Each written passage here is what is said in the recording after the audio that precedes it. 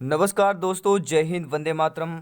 आपके अपने YouTube channel शिक्षा जगत के चैनल राष्ट्र हित में चैनल जायसवाल कोचिंग सेंटर पर स्वागत अभिनंदन है। दोस्तों मैं आपके साथ जायसवाल सर, पावर्ड बाय शिक्षा ही प्रकाश है। दोस्तों बात करेंगे हिंदी शिक्षा शास्त्र यानी हिंदी पेडागोजी के सेट नंबर 12 की। ये 12वां सेट है दोस्तों। और इतना अगर पढ़ लिया आपने, हर एक सेट आपने पढ़ लिया अच्छी तरीके से, तो प्राइमरी लेवल का जो टेस्ट होता है हिंदी पेडागोजी में 15 में से 15 नंबर लेकर आएंगे आप लोग। ये जायसवाल सर का वादा है दोस्तों। तो चलिए दोस्तों शुरू करते हैं। इसके पिछले सेट देखना चाहते हैं, आई बटन पे एक लिंक आएगा। इस वीडियो को देखने के बाद आप सारे सेट प्लेलिस्ट में जाकर देख सकते हैं। तो चलिए दोस्तों शुरू करते हैं। जय हिंद, वंदे मातरम। सभी भावी अध्यापक अध्यापिकाओं का वेलकम, अभिनंदन है दोस्तों आपके अपने यूट्यूब चैनल शिक्षा जगत के चैनल राष्ट्रहित में चैनल पर। दोस्तों कल ये हमने आपके लिए होमवर्क में दिया था यह प्रश्न। बहुत से लोगों का जवाब आया, बहुत से लोगों का सही जवाब था। लगभग 70 से लेके 75% लोगों का सही जवाब आया था। तो आइए जान लेते हैं, बालक को उसके वातावरण पर आधारित ज्ञान दिए जाने की विधि कौन कहलाती है दोस्तों? तो वह कोई और नहीं कहलाती, वह अवलोकन विधि कहलाती है। बालक उसके वातावरण पर, तो बालक का जो वातावरण होगा उस पर आधारित ज्ञान दिए जाने की जो विधि होती है वह अवलोकन विधि कहलाती है। तो आपका तीसरा ऑप्शन यहाँ पर सही हो जाएगा। जिन्होंने कमेंट किया इसका आंसर, बहुत ही धन्यवाद सभी का दोस्तों। बहुत ही अच्छी तैयारी चल रही है आप लोगों की, क्योंकि इस चैनल पे सिलेक्शन सर्वोपरि है। आइए देखते हैं अगला प्रश्न। उच्चारण अभ्यास कब करवाया जाता है? जब बच्चों से, आप लोग भावी अध्यापक अध्यापिकाएं बनने जा रहे हैं, जब आप बच्चों से उच्चारण का अभ्यास करवाते हैं तो वह कब कराते हैं आप लोग?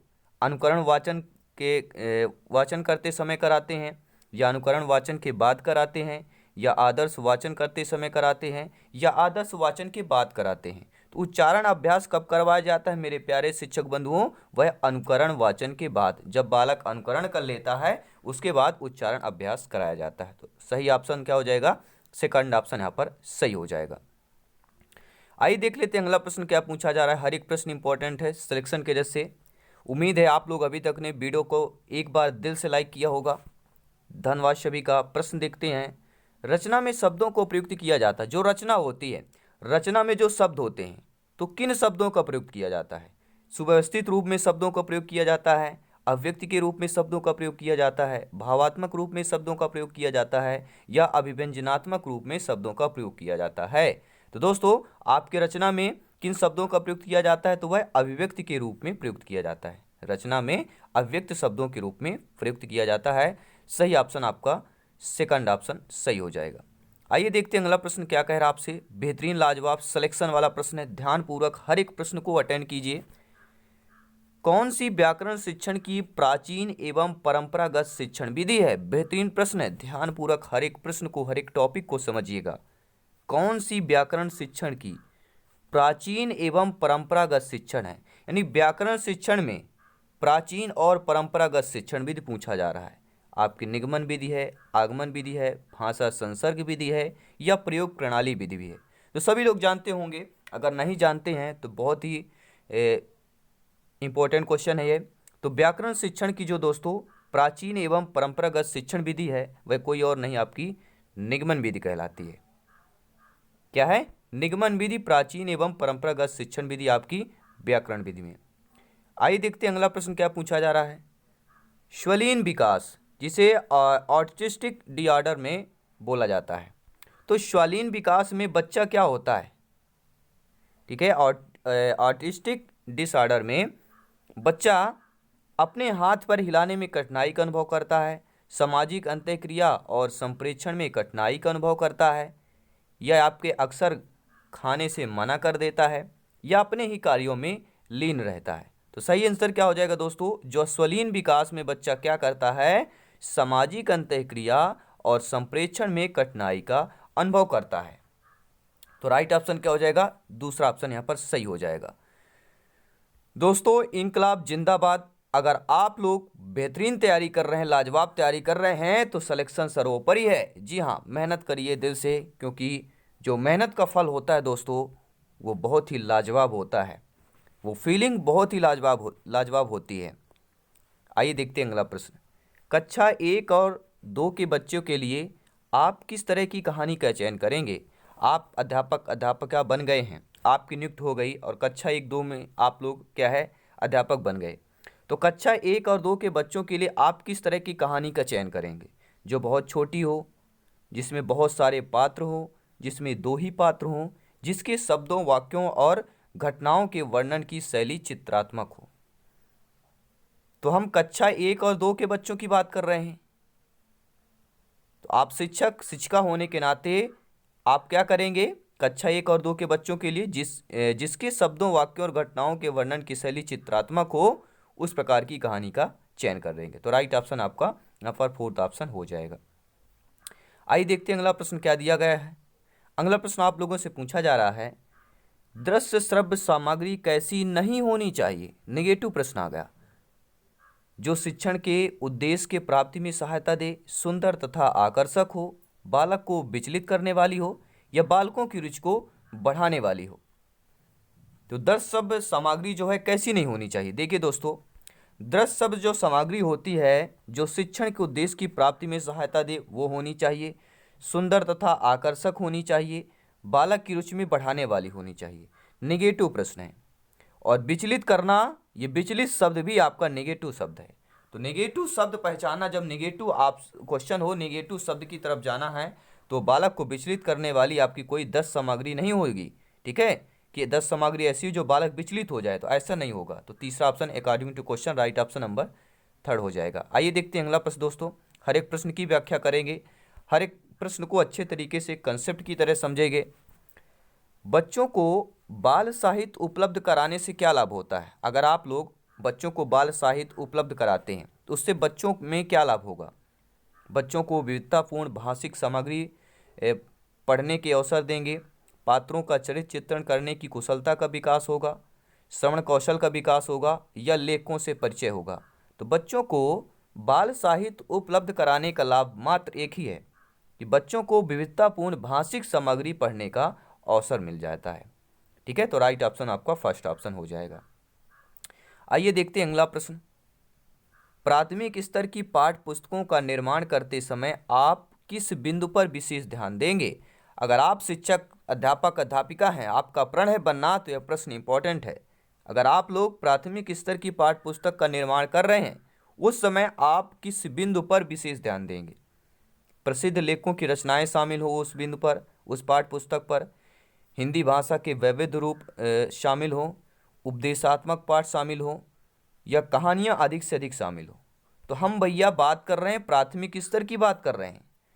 प्राथमिक स्तर की जो पाठ्य पुस्तक का निर्माण होता है वह किस प्रकार होना चाहिए? वह केवल हिंदी भाषा के वैविध्यपूर्ण रूप उसमें शामिल होना चाहिए। तो दूसरा ऑप्शन यहाँ पर सही हो जाएगा। आइए देखते हैं अगला प्रश्न दोस्तों क्या दिया गया है। प्राथमिक स्तर पर एक भाषा शिक्षक से सर्वाधिक अपेक्षित क्या होना चाहिए? प्राथमिक स्तर पर एक भाषा शिक्षक से सर्वाधिक क्या होगा? अगर आप लोग प्राथमिक स्तर पर भाषा के शिक्षक हैं तो आपसे सर्वाधिक अपेक्षित क्या होगा?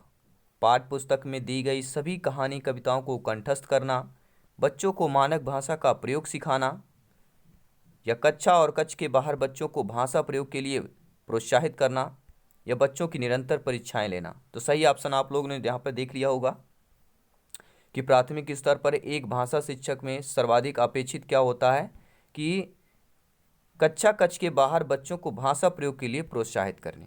कक्षा में तो ही है, कक्षा कक्ष के बाहर भी बच्चों को भाषा प्रयोग के लिए प्रोत्साहित करना। आइए देखते हैं अगला प्रश्न क्या दिया गया है। उम्मीद है आप लोगों अच्छे तरीके से समझ में आ रहे होंगे और यही प्रश्न आएंगे, हर एक प्रश्न इन्हीं में से आना है और सिलेक्शन सर्वोपरि है दोस्तों। बहुत बहुत धन्यवाद वीडियो लाइक करने के लिए। जिन्होंने शिक्षा के जगत को, शिक्षा के चैनल को सब्सक्राइब नहीं किया, एक बार दिल से ज़रूर कीजिएगा दोस्तों। प्रश्न यह कह रहा आप लोगों से, वार्षिक योजना प्रमुख रूप से उपयोगी है। जो वार्षिक योजना होती है बच्चों में वह प्रमुख रूप से उपयोगी होती है। शिक्षक के लिए उपयोगी होती है, छात्रों के लिए होती है, अभिभावक के लिए होती है, विद्यालय के लिए होती है। तो बहुत ही इंपॉर्टेंट है वो वार्षिक योजना। देखिए योजना का प्रमुख रूप उपयोग किसका होगा? योजना तो छात्र नहीं बनाते हैं, कौन बनाता है? ठीक है, छात्र तो परीक्षा देते हैं, योजना आपका शिक्षक बनाते हैं, आप लोग बनाते हैं। तो वार्षिक योजना प्रमुख रूप से आपके लिए उपयोगी होगा। ठीक है, तो राइट ऑप्शन आपका फर्स्ट ऑप्शन यहाँ पर हो जाएगा। आइए देखते हैं अगला प्रश्न। हार्वर्ड की पाठ योजना में कौन सा क्रम नहीं है? हम बात कर रहे हैं आपके हार्वर्ड की जो पाठ योजना है उसमें कौन सा क्रम नहीं है। देखिए जो हार्वर्ड की पाठ योजना है उसमें जो क्रम है स्पष्टता का क्रम है, संबंध का क्रम है और व्यवस्था का क्रम है। लेकिन अगर हम हार्वर्ड की पाठ योजना में बात करें तो अनुशासन का क्रम वहाँ पर नहीं है।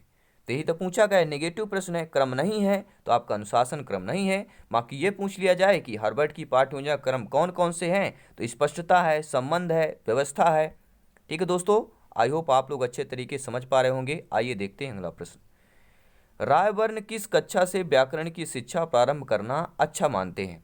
जो आपके रायवर्ण है किस कक्षा से व्याकरण की शिक्षा प्रारंभ करना अच्छा मानते हैं, यानी बच्चों में जो है व्याकरण की शिक्षा प्रारंभ करना किस कक्षा से मानते हैं? 5वीं कक्षा से, 6वीं कक्षा से, 9वीं कक्षा से, 10वीं कक्षा से। तो रायवर्ण का यह कहना है कि 6वीं कक्षा से व्याकरण की शिक्षा प्रारंभ करना अच्छा माना जाता है। तो यहाँ पर 6वीं क्लास हो जाएगा। ये दोस्तों 6 क्लास। आइए देखते हैं अगला प्रश्न क्या कह रहा है आप लोगों से। बेहतरीन प्रश्न है। माध्यमिक कक्षाओं में व्याकरण का कौन सा रूप सिखाया जाता है? अब बात आ गई माध्यमिक कक्षाओं में। तो माध्यमिक कक्षाओं में व्याकरण का कौन सा रूप सिखाया जाता है? व्याकरण सूत्र के, नियमित ज्ञान, शुद्ध व्याकरण, व्याकरण का व्यवहारिक ज्ञान। तो माध्यमिक कक्षाओं में व्याकरण का कौन सा रूप सिखाया जाता है दोस्तों? तो वह व्याकरण का व्यवहारिक ज्ञान क्या है? व्याकरण का व्यवहारिक ज्ञान सिखाया जाता है। तो राइट ऑप्शन आपका 4th ऑप्शन यहाँ पर हो जाएगा। आइए दोस्तों देखते हैं अगला प्रश्न। हिंदी भाषा का मूल्यांकन करते समय आप सबसे ज़्यादा किसे महत्व देंगे? आप भावी अध्यापक अध्यापिकाएं हैं, आप सभी को नमन है, जय हिंद दोस्तों। आप लोग बताइए, अगर आप हिंदी भाषा का मूल्यांकन कर रहे हैं तो उस समय आप सबसे ज़्यादा किसे महत्व देंगे? व्याकरणिक नियम को, सीखने की क्षमता के आकलन को, काव्य सौंदर्य को, या आपके निबंध लिखने की योग्यता को? तो हिंदी भाषा का मूल्यांकन करते समय आप सबसे ज़्यादा किसे महत्व देंगे? तो सीखने की क्षमता का आकलन पर, कि बच्चे की जो सीखने की क्षमता है उस पर आकलन करें, कितना बच्चा सीख पा रहा है। तो यह हिंदी भाषा का मूल्यांकन करते समय आपको सबसे ज़्यादा महत्व देना है।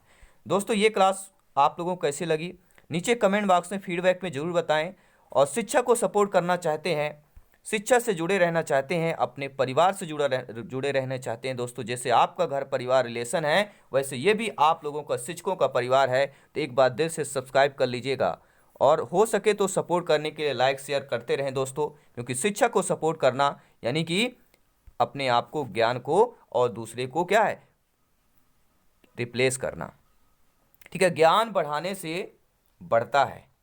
तो आप लोग जरूर शेयर करें, सपोर्ट करें और प्लेलिस्ट में जरूर जाएं। तीसरे ऑप्शन में प्लेलिस्ट मिलेगा, चैनल को विजिट करें, सब्सक्राइब करें, बेल आइकन प्रेस करें ताकि लेटेस्ट नोटिफिकेशन आपको मिलता रहे। प्लेलिस्ट में जाए, हर एक क्लास, हर एक सिलेबस, हर एक क्वेश्चन आपके सिलेबस, एग्जाम पैटर्न पर, सिलेक्शन पर यहाँ पे कंसेप्ट कलेक्ट किया गया है जो आपके लिए बहुत ही इंपॉर्टेंट है। हमारी इच्छा राष्ट्रहित में शिक्षा की बात करते हैं। तो धन्यवाद सभी का दोस्तों, हमेशा हंसते रहिए, मुस्कुराते रहिए और बेहतरीन तैयारी के साथ सिलेक्शन पाइए। हमें कुछ नहीं चाहिए, हमें आप लोगों का सिलेक्शन चाहिए। जय हिंद दोस्तों, मिलते हैं नेक्स्ट क्लास पे। धन्यवाद सभी का।